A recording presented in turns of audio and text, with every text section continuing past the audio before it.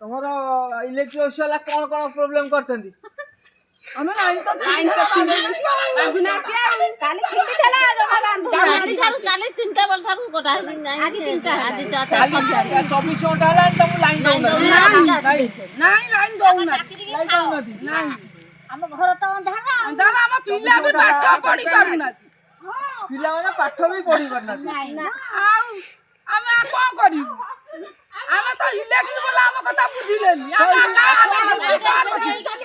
Line ଯାଇଛି ସେ ଆମ କଥା ବୁଝିଲେନି। ଆମେ ଯିବୁ କାହା କଥା? ଲାଇନ କାଲି ଠାରୁ ଯାଇଛି କିନ୍ତୁ 24 ଘଣ୍ଟା ହେଲାଣି ତାଙ୍କୁ ଲାଇନ ବି ଦିଆ ହଉନି। 24 ଘଣ୍ଟା ହେଲାଣି କିନ୍ତୁ ଲାଇନ ବି ତାଙ୍କୁ ଦିଆ ହଉନି।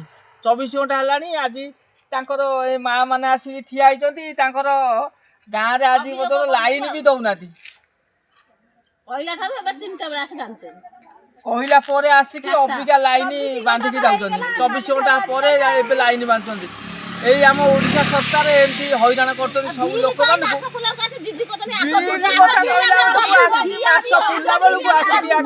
ବିଲ୍ ଦିଅ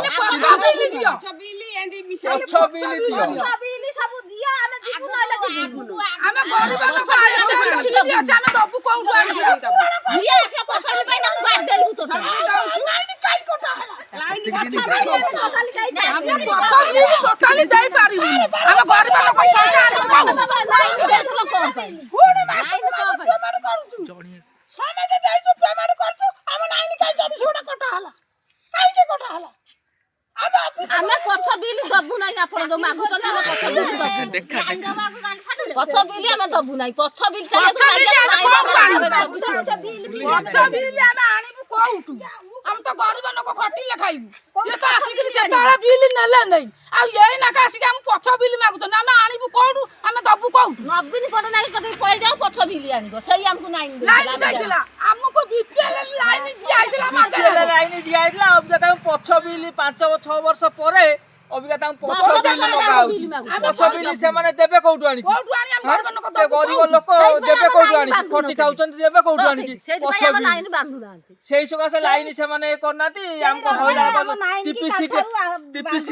ଟିପିସିଟିଏଲ ବାଲା ହଇରାଣ କରୁଛନ୍ତି।